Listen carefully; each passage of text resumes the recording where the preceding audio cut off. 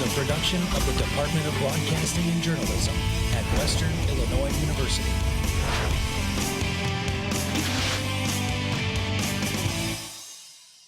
Live from Salee Hall in high definition. News 3 starts now. Coming up at Live at 4, students are discussing the future of WIU. As one Illinois university closes its doors, students wonder if WIU is next on the list. And after sirens did not go off during the tornadoes earlier this month, we'll unpack what caused that to happen coming up. And later, a guest speaker at a Student Government Association meeting says some WIU departments are under review. We'll tell you what programs are in danger of being cut. We begin with reports of rumors spreading like wildfire across WIU's campus. Accusations are being made that Western Illinois is closing next fall due to the Illinois budget crisis. Governor Bruce Rauner says budget cutting is the only way Illinois can bounce back. News 3's Anna DeKemper says the university is fighting these rumors. Word on the street, Western Illinois University might be closing its doors. There does not seem to be a light at the end of this tunnel with the budget impasse. The lack of state funding is also straining Western's overall reputation. It's affecting our university's confidence, the confidence of our students and prospective students and their families. There is a lot of confusion with the recent rumors about Chicago State closing. Several other schools, including Western Illinois, are also in dire straits. People in the state of Illinois are wondering, should they send their son or daughter to a state institution? People are questioning, does the state really care about and support higher education? Students are also worried about the university closing down midway through the semester. Yeah, I think people kind of get scared, like, oh, if they're going to shut down or even rumors of shutting down, like, do they even have enough money to give me my proper education? Western is implementing furloughs and voluntary pay reduction beginning in April, affecting over 400 non-negotiated personnel. I believe that it'll send other students to out of state. Darcy says a furlough and voluntary pay reduction is a hard hit to their pocketbook, household income, and overall budget. We're angry, not at our university, but at the state. If it does close down, that would suck because I just signed a lease for a house, so I have to live here no matter what. But we're here for Western Illinois University. In hopes of promoting higher enrollment, Western is implementing a 3% reduction for incoming undergraduates this coming fall. Although the Illinois budget remains to be a big issue in our state, students at Western say they are planning on attending again in the fall. They say they are very proud to be Leathernecks. This institution has been a strong, viable institution for 117 years. We have every intention of being open for 117 more years and beyond, and we will be here in fall of 2016. And the university continues to push forward. Reporting for News 3, I'm Anna DeKemper. Now, right now, members of WIU and the Macomb community are preparing to march against the current Illinois budget impasse. Supporters will start at Sherman Hall and end at Chandler Park, where they will hold a rally. We'll have crews live on the scene and give you an update later in the show. Another opportunity to rally for higher education funding is happening this week. A bus will take supporters from the WIU community to Chicago tomorrow, where a rally will take place. The bus leaves around 7 a.m. and returns around midnight. It leaves from the Head Start building behind the Super 8 Motel on University Drive. Participants are being asked to sign up on a Google form. You can find it on our website. The budget impasse is causing several WIU programs to be placed under review for elimination. The Vice President of WIU Quad Cities and Planning, Joseph Reeves, paid a visit to Tuesday's night's SGA meeting to discuss the review process. He stresses that even if they choose to drop a major, any students already in the program can finish their degree. The majors under review include geography, religious studies, women's studies, musical theater, public health, bilingual and bicultural education, and African American studies. He says even if a program is dropped, some of the classes will still remain. A fraternity is under investigation of allegations of hazing. Alpha Gamma Rho remains under interim suspension this week as the university looks into the claims. Darcy Schinberger with University Relations tells us specifics on the investigation process, detailed in the Student Code of Conduct. The fraternity is not allowed to participate in or host university activities under the temporary suspension. Coca-Cola Bottling Company in Macomb finally sent out their closing letter to local businesses day before it happens. The Coca-Cola Bottling Company will officially change ownership on the 2nd of April. Signs are already up around the businesses announcing their closure. Walk-in orders ends as of today. and any future orders will be made to their distribution center in Chicago.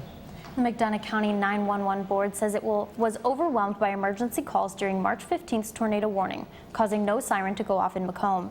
The committee on Tuesday said the dispatch center was responding to multiple emergency calls when a severe thunderstorm warning turned into a tornado in nearby Good Hope. The emergency siren was activated in Good Hope. So our storm warnings are triggered usually by what we call leads messages. They're messages sent by the National Weather Service to the Illinois State Police, and they send them to terminals that we have inside our dispatch center, and they give the details of the storm track and what the storm is predicted to do in our area.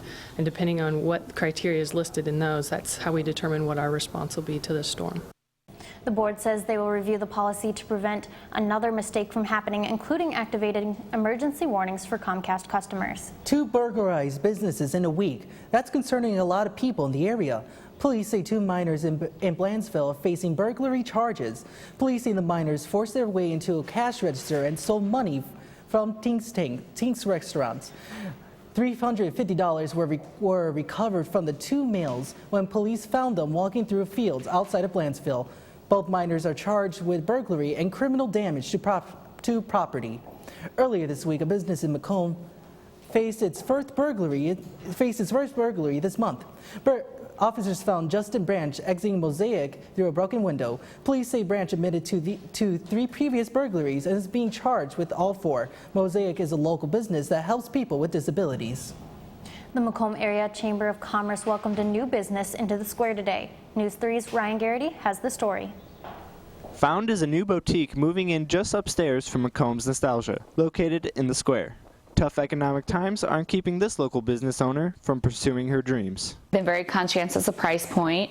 What I carry is complementary to what Laura has downstairs.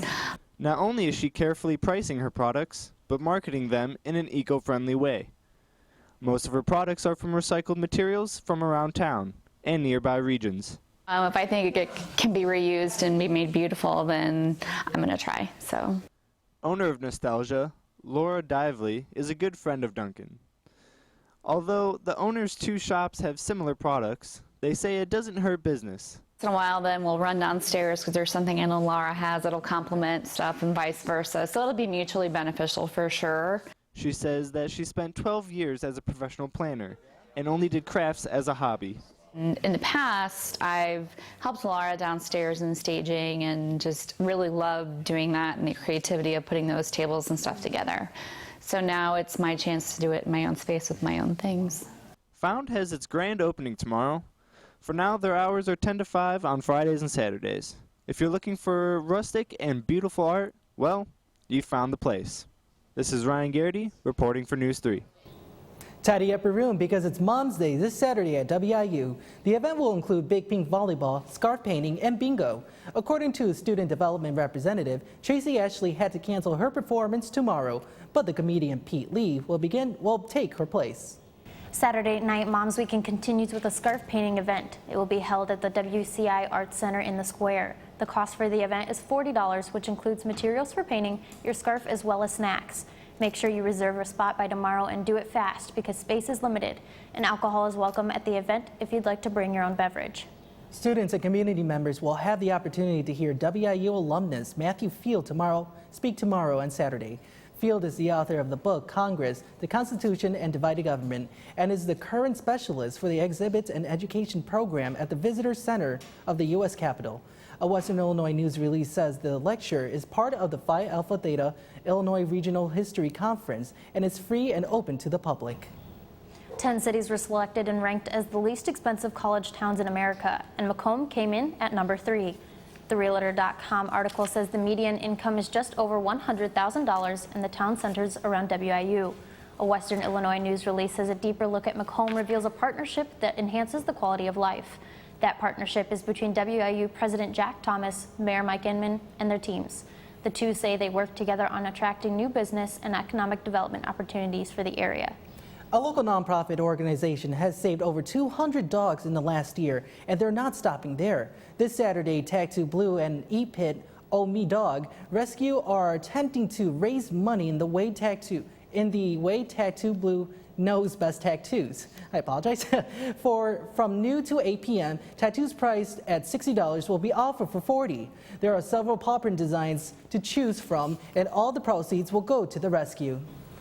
Still to come on Live at 4, a suspected bomb at the Peoria International Airport spurs an evacuation. We've got the latest on what was actually in that bag. And after the FBI cracked Saeed for its iPhone earlier this week, they're attempting to crack another criminal cellular device. Actually kind of nice outside. We've seen rain for about the past 12 hours. Currently temperature is 57 degrees, even though it doesn't feel like 57. You know, today it was around 51. If we take a look, though, outside, you can see some clouds in the sky. That's due to the front that is moving out of the area. Have a look at your 5-day forecast along with your weekend forecast later on. Finishing. Live at 4 is back in a moment.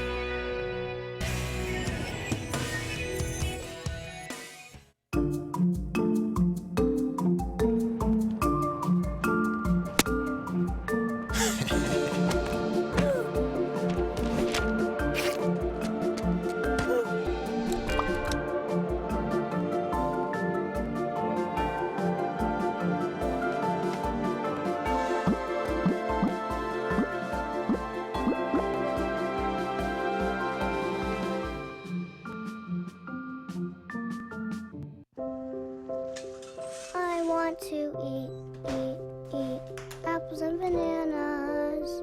I need to eat apples and bananas. Why can't I eat? 1 in 5 children struggles with hunger in America. Support the Feeding America nationwide network of food banks to help provide meals to those in need. Join us at feedingamerica.org.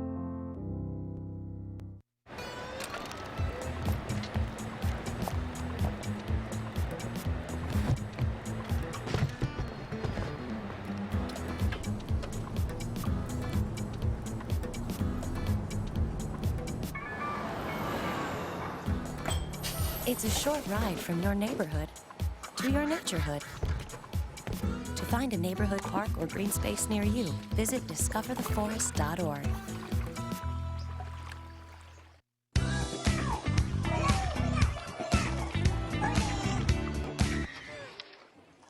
Looks like it's done.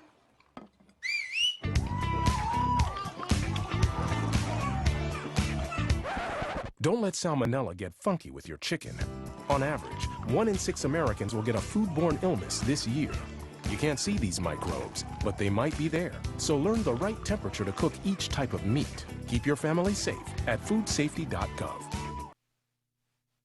Now from Macomb in high definition, you're watching Brianna Descoret, Jose Gonzalez, Storm Team 3's 5-day outlook, and sports with Eric Sutera. Live at 4 continues. An airport located 70 miles northeast of Macomb was evacuated this morning over what officials say was a fake bomb. Authorities were called to the General A. Wayne Downing Peoria International Airport for a report of a suspicious device. Officers discovered 2 bottles containing liquid, a timing device, wires, and sticks labeled dynamite, which turned out to be a dog's toy. The airport was evacuated and a woman was taken into custody. The woman told officers the package was a training device for abortion clinics. Workers at O'Hare on strike. They're fighting for $15 an hour. Employees are also asking for better safety training and the right to unionize. Baggage handlers, wheelchair attendants, custodians, and security employees are all part of the walkout. Workers at 8 other airports around the country also went on strike today. Chicago officials say travelers should not be affected. The FBI has agreed to help authorities in Arkansas to unlock the device of the 2 teens accused of murder. The Fulton County Prosecutor's Office said the FBI agreed to try to get into the Apple devices belonging to 18-year-old Hunter Drexler and 15-year-old Justin Stanton.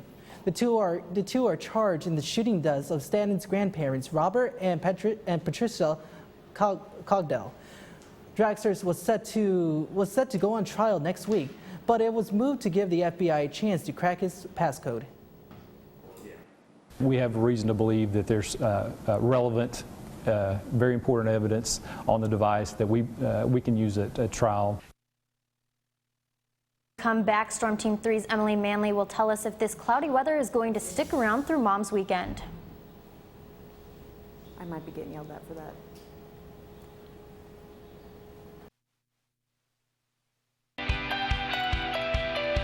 My favorite thing about WIU is how much we work as a team. Everyone here has helped immensely, and when we work together, the outcome is amazing. Producing for the newscast, writing for the newscast, going to City Council every Monday. It's something that I've learned that it takes a team. There's no such thing as an I. If there's an I, then we know that something's going to go wrong. I really do believe WIU has prepared me for the outside world.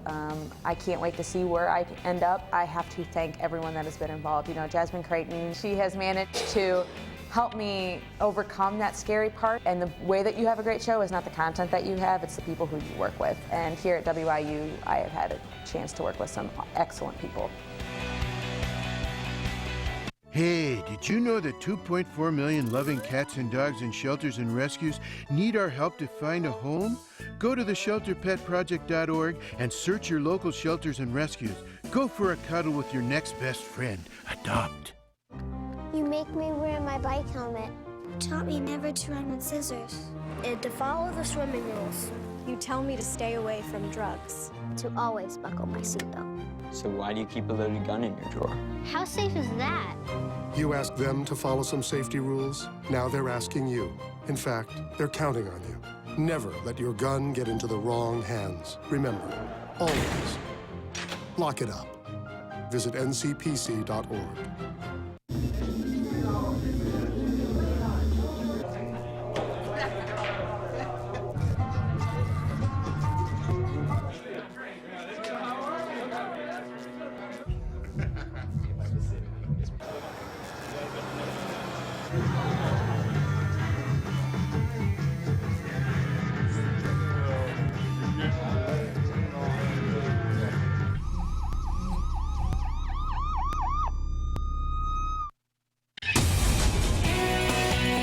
Now, from the Storm Team 3 Weather Center, here's Emily Manley.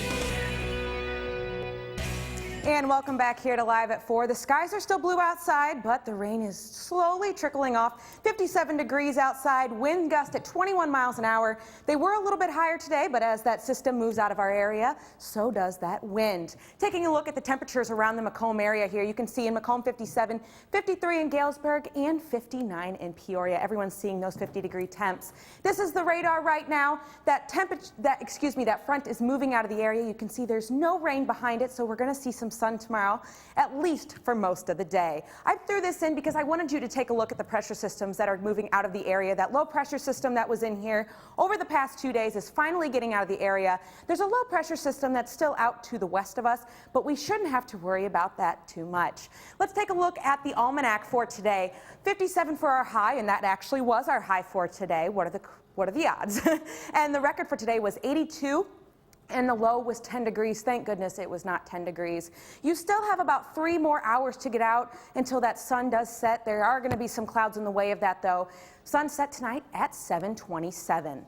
If we take a look at the current temperatures around the Midwest region, we can see that it's 69 in St. Louis, Davenport is 51, and Chicago is 63. Chicago is still seeing a little bit of that rain, but it will be out by this evening. This is moving into tonight, 46 in St. Louis, 39 in Davenport, and 41 into Chicago. Moving into Friday, where the sun is going to come out for most of us, 58 Chicago, 49 in Des Moines, Iowa, and 58 also in Chicago. So it should be a lovely Friday. Average temperatures for April 1st. Don't be fooled tomorrow. It is Happy Fool's Day.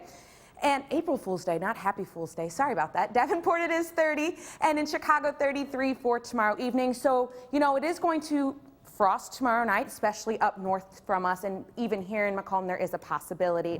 This is looking into this evening, 40 degrees outside, windy, still very windy. Wind gust could be up to 30 miles an hour this evening, but they will come out of the west northeast.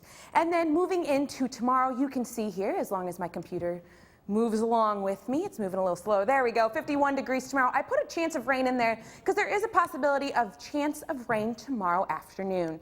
Taking a look at their 5-day forecast here from NEWS3, you can see here that windy on Saturday and Sunday, but we shouldn't have any more rain, at least in the next 4 to 5 days. Small chance tomorrow, but I wouldn't worry about that too much. This Saturday and Sunday, though, it will dip below freezing at night. So just so you know, get out and enjoy this weekend. I'm looking forward to some golf. Hopefully it's not too windy because I need to beat my mom on Mom's Weekend. So back to you, Brianna. All right, thank you, Emily. Eric Sutera is here to preview of sports.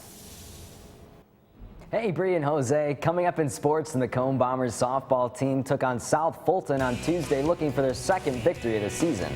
Macomb Bombers baseball took on the Beardstown Tigers yesterday afternoon in a weather-shortened game. And the Lennox baseball team had a hard contest versus the Division II University of Illinois Springfield Prairie Stars. All that and more after the break.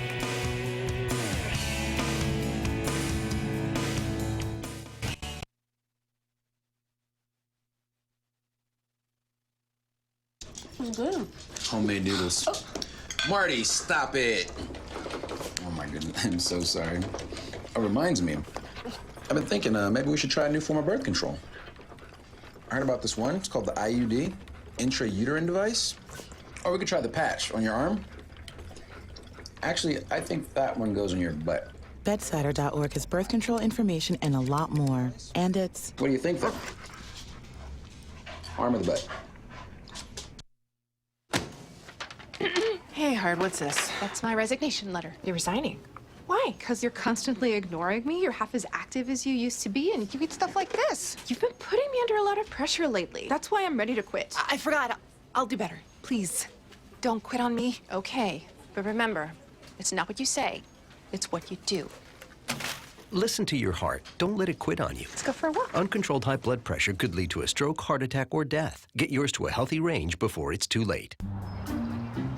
Don't worry. 74 people were picked before me in the NFL draft. To fight childhood obesity, United Way and the NFL are helping kids play more.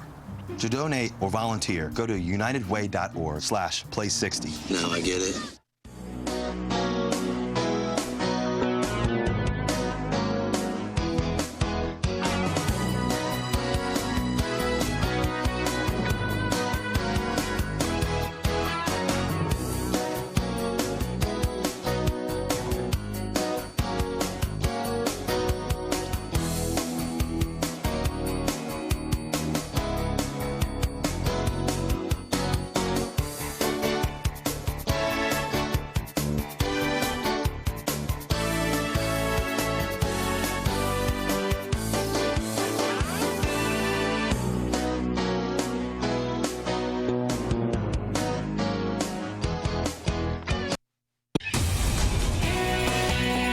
Now, Macomb's local sports focus. Here's Eric Sutera. Welcome back to Live at 4. Following their first win of the season, the Macomb Bombers softball team traveled to South Fulton on Tuesday afternoon. The Bombers scored 3 runs in the second inning on hits from Kelsey Cawthon and Sophie Whitford. They would add 5 more runs in the third to make it 8-0, but South Fulton would get one back in the bottom of the inning, and then Macomb would answer right back with 6 more in the fourth. The game would be a quick one, lasting only 5 innings as the 10-run rule would take place. The Bombers would nab their second win in the season, knocking off South Fulton 14-3, and Kelsey Cawthon would record her first varsity win on the season. The Macomb Bombers baseball team was back in action for a windy contest against the Beardstown Tigers yesterday. And it'd be a nice day for a contest, though, but storms were near early. A dominant first inning we'll see by Grant Hannett as he gets 2 strikeouts, sitting down Jesus Nava. See you later. It'd be a quiet game, though, till the third when the Tigers would ignite the bats. It's Rick Dewar, the pitcher, singles up the middle, and that puts runners on first and second for the Tigers. Macomb in a jam. And then Will Robertson. He'll have a deep fly ball to left field, and that'll bounce off the wall. And that'll bring in 2 Tiger runs, and the Tigers will get on the board first, taking a 2-0 lead over the Bombers early. And the lights start to come on in the fourth inning as the Storms roll closer. And we'll move to the fourth, and that's Dante McWilliams drives a McBomb shot to center field, and that brings around more runners for the Tigers as they keep the scoring up. The game would get cut due to rain, but the Tigers would take a 6-2 victory over the Bombers, and Rick Dewar, the starting pitcher for the Tigers, struck out 4 and only allowed 1 hit through 3 innings of work. WIU baseball was home on Tuesday afternoon as well to take on the University of Illinois Springfield. The Leathernecks will be down 4-0 early, top of the first. It'll be Connor Courier who singles to left field, and that'll bring home Western's first run of the game, Chris Tashita, crossing the plate for the Leathernecks. And the top of the third now, runner on first for the Stars, and Acevedo will rip a single up the middle. And that'll put Western in a one-out jam with runners on first and second. And then the next batter, Asagaliano, grounds one over to third, and they'll get the force at third, and then the runner on first to end the inning and the threat. Things get dicey now in the top of the fifth. Two runners on for the Prairie Stars, and Hanahan gets a hold of one, and it will leave the yard. See you later. 3-run blast puts the Stars up 7-2 over the Leathernecks. All is calm to the top of the seventh, though, and Warda drives one deep to left. McShane on the run to the fence. Can he grab it? Not today, as this one leaves the yard as well, and the Stars continue the barrage. In the end, the Leathernecks would get starstruck by the Prairie Stars 13-5. They now move to 16-6 on the season. A total of 4 home runs were hit in that game, Adam McGinnis getting Western's only homer in the third. Leathernecks head to Omaha this weekend, still looking for their first road victory. And the Leathernecks softball team will head to South Dakota for a 3-game series this weekend, as they are coming off a series win against South Dakota State this past weekend at Mary Ellen McKee. That's it for sports. Final word is next. They told me a bottle couldn't dream. That I would never become a superhero.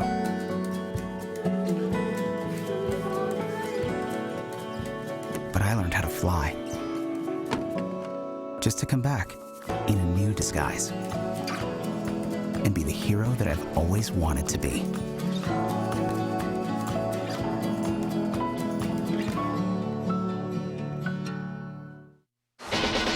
You can be a hero by being prepared for an emergency. First, make a plan. Call a family meeting to plan for things like how to connect with loved ones after an emergency or your escape route.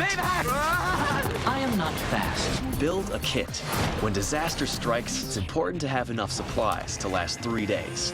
And don't forget the batteries. Low battery. Visit ready.gov/kids for more preparedness tips. They'll test you. Try to break your will.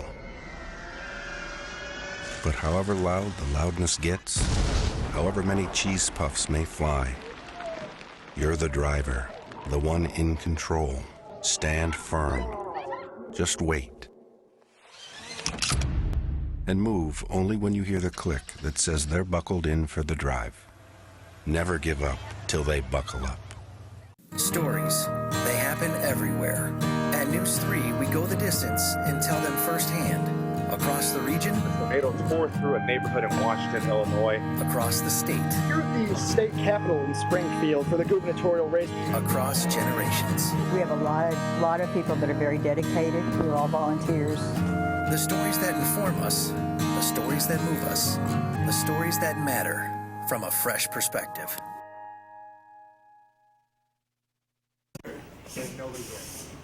One WIU student was given the opportunity to showcase his skills on a wall inside Garwood Hall. Graffiti has been a part of Joaquin Mendoza for almost a decade.